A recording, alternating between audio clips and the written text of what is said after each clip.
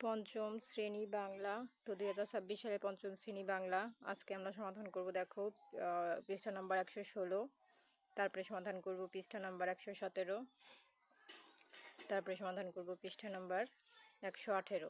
তো পরবর্তীতে আছে পাঠ 21। তো পাঠ 21 এর ভিডিও আমরা আরেকটি ভিডিওতে দেখাবো। আজকে আমরা পাঠ 20 এর ভিডিও করব, ঠিক আছে? আমি প্রত্যেকটা ভিডিওতে কিন্তু এক একটা করে পাঠ পুরো কমপ্লিট করি। তো আমাদের পাঠ 20 এ আছে শিক্ষাগুরুর মর্যাদা। আমি তোমাদের দেখিয়ে দিচ্ছি।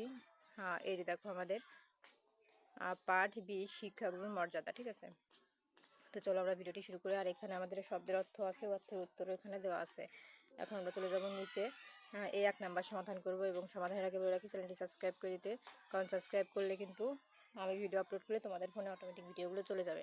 তো দেখো এখানে লেখা আছে এই শব্দগুলো পরিবর্তন করে লিখি। তো এখানে আছে পড়াইতো, আর আমরা এখানে লিখেছি পড়াতো। মানে একটা আমাদের জন্য এই যে করে দিয়েছে আর বাকিগুলো আমাদের করতে হবে। এখানে আছে গিয়া, তাহলে আমরা এখানে কি লিখব? তারপরে নিয়ে আমরা এখানে কি লিখব? এরকম করে করে আমাদের হচ্ছে দেখো এই পর্যন্ত লিখেছে, আমি দেখাই। ভাবিলেন, তারপরে এইখানে নিচের লাইনে ধরে না দেখে তারপরে তারা কি করেছে, এই সাইডে আবার লিখেছে। এই যে লয়ে আসিল, এই থেকে এই পর্যন্ত শেষ, বুলাইয়া, ঠিক আছে? তো এই এই লাইন আর এই লাইন একই লাইন, কিন্তু তারা নিচে না লিখে এইখানে আবার একটা লাইন বানাইছে, ঠিক আছে? তো চলো এর মধ্যেখানে কি বসবে আমরা উত্তরগুলো দেখে নিই। তো এই যে দেখো আমাদের উত্তর, আমরা এই সাইডের লাইনগুলোর উত্তর আগে দেখব, তারপরে এই যে লয়ে আসছিল তার এক লাইনে ছিল, এই লাইনটা আমরা পরে দেখাবো। আগে আমরা এই লাইনটা দেখি। এই যে পড়াইতো, আমাদের একটা করে দেওয়া আছে পড়াতেন বা পড়তেন বা পড়তো, বইয়েছিল। এখন গিয়ে আমরা এখানে লিখবো গিয়ে, নিয়ে আমরা এখানে লিখবো নিয়ে, চলি ঢালিতেছে আমরা এখানে লিখবো ঢালছে, ভাবিলেন এখানে লিখবো ভাবলেন, দিয়ে আমরা লিখবো দিয়ে, করিছেন আমরা লিখবো করছেন, বুলাইয়া আমরা লিখবো বুলিয়ে। এখন আমরা এই লাইনেরটা দেখবো। এখন এই যে দেখো আমাদের পাশের লাইনে ছিল লই আসি, আমরা তো এই সাইডের লাইনগুলো সব কমপ্লিট করেছি, ঠিক আছে? এখন আমরা এই লাইনগুলো দেখবো। লই আসি মানে নিয়েছি, ভাবিতে ভাবিতে এখানে লিখবো ভাবতে ভাবতে, কহিলেন এখানে লিখবো বললেন, শিখে আছে আমরা লিখবো শিখেছে, দেখিলাম আমরা এখানে লিখবো দেখলাম, বুঝিতে আমরা এখানে লিখবো বুঝতে, বলিতে আমরা এখানে লিখবো বলতে। তো এই ছিল আমাদের সমাধান। তো দেখো আমাদের কিন্তু এই সমস্ত উত্তর কমপ্লিট। এখন আমরা চলে যাব নিচে 2 নম্বরে। দেখো 2 নম্বরে কি লেখা আছে।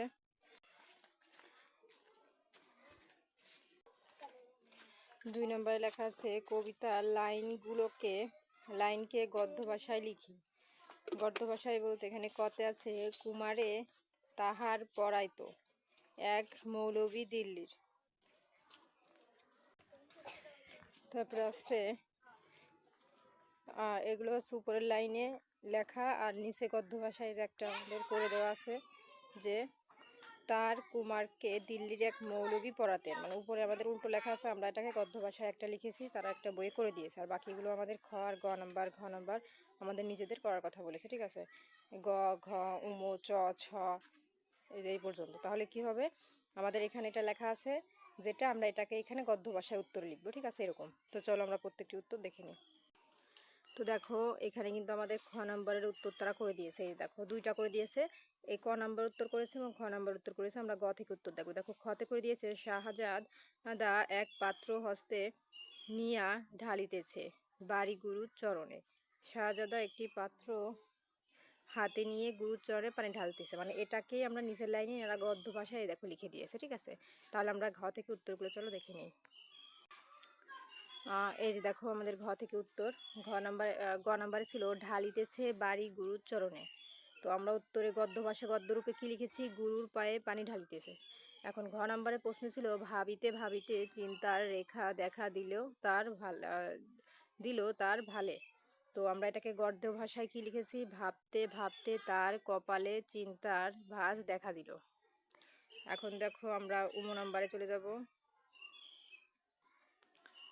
নম্বর লেখা আছে এই যে বাদশাহর দূত শিক্ষককে ডেকে নিয়ে গেল কেল্লাতে। আমরা গদ্য ভাষায় কি লিখেছি উত্তর, বাদশাহর পাঠানো লোক শিক্ষককে দুর্গে ডেকে নিয়ে গেল।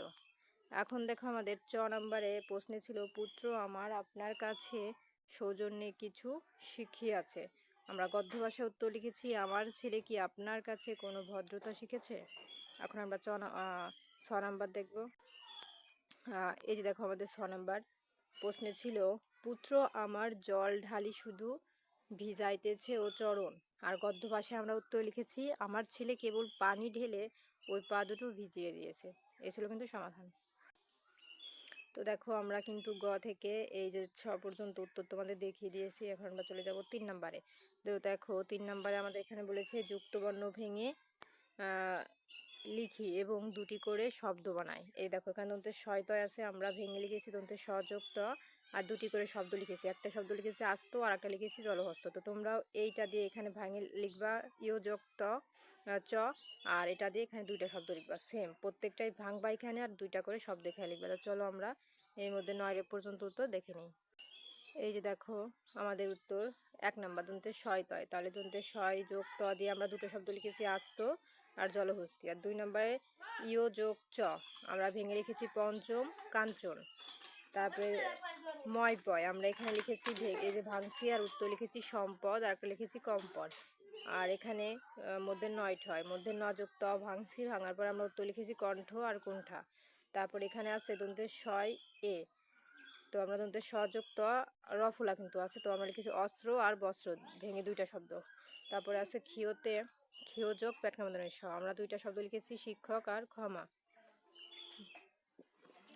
তারপরে মধ্যে 9 রেপ আছে 7 নম্বরে, আর রেপ, তো এই দেখো আমরা মধ্যে ন, এই যে রেপ যোগ মধ্যে ন, তাহলে আমরা এখানে লিখেছি দুইটা শব্দ বর্ণ আর ঝর্ণা। তো এই ছিল কিন্তু আমাদের সমাধান। তো দেখো আমাদের কিন্তু এই যুক্তবর্ণ উত্তরে সব কমপ্লিট কি লিখতে হবে। এখন আমরা চলে যাব 4 নাম্বারের প্রশ্নে। দেখো 4 নাম্বার লেখা আছে প্রশ্নের উত্তর বলিও লিখি। এখানে কতে আছে বাদশাহ আলমগীর একদিন সকালে কি দেখলেন। এখানে পর্যন্ত প্রশ্ন আছে, চলো আমরা পড়িও উত্তর দেখি।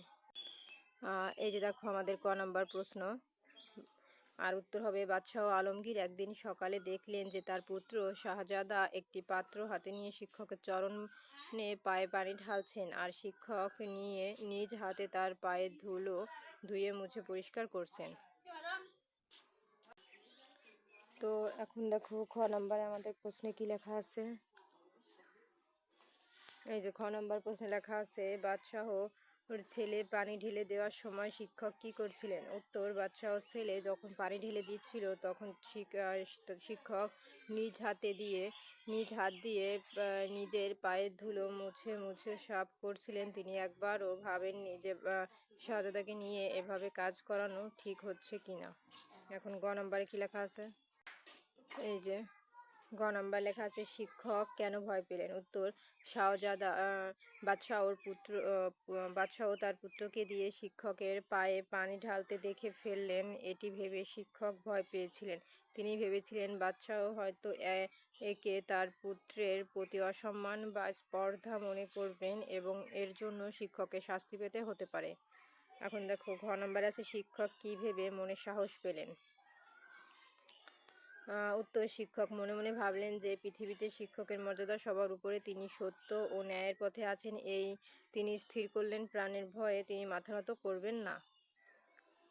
তোমরা যদি ছোট করে লিখতে চাও তাহলে না পর্যন্ত লিখে দিও, ঠিক আছে। আর যদি কেউ ভাবো যে না বড় করে লিখবো তাহলে এই এবং থেকে এই পর্যন্ত লিখে দিও, ঠিক আছে। এই ছিল সমাধান। এখন আমরা চলে যাব উম নাম্বারে। এই দেখো নম্বর প্রশ্ন, শিক্ষকের উচ্ছ্বাসের কারণ কি। উত্তর, বাদশাহ আলমগীরের যখন শিক্ষককে ডেকে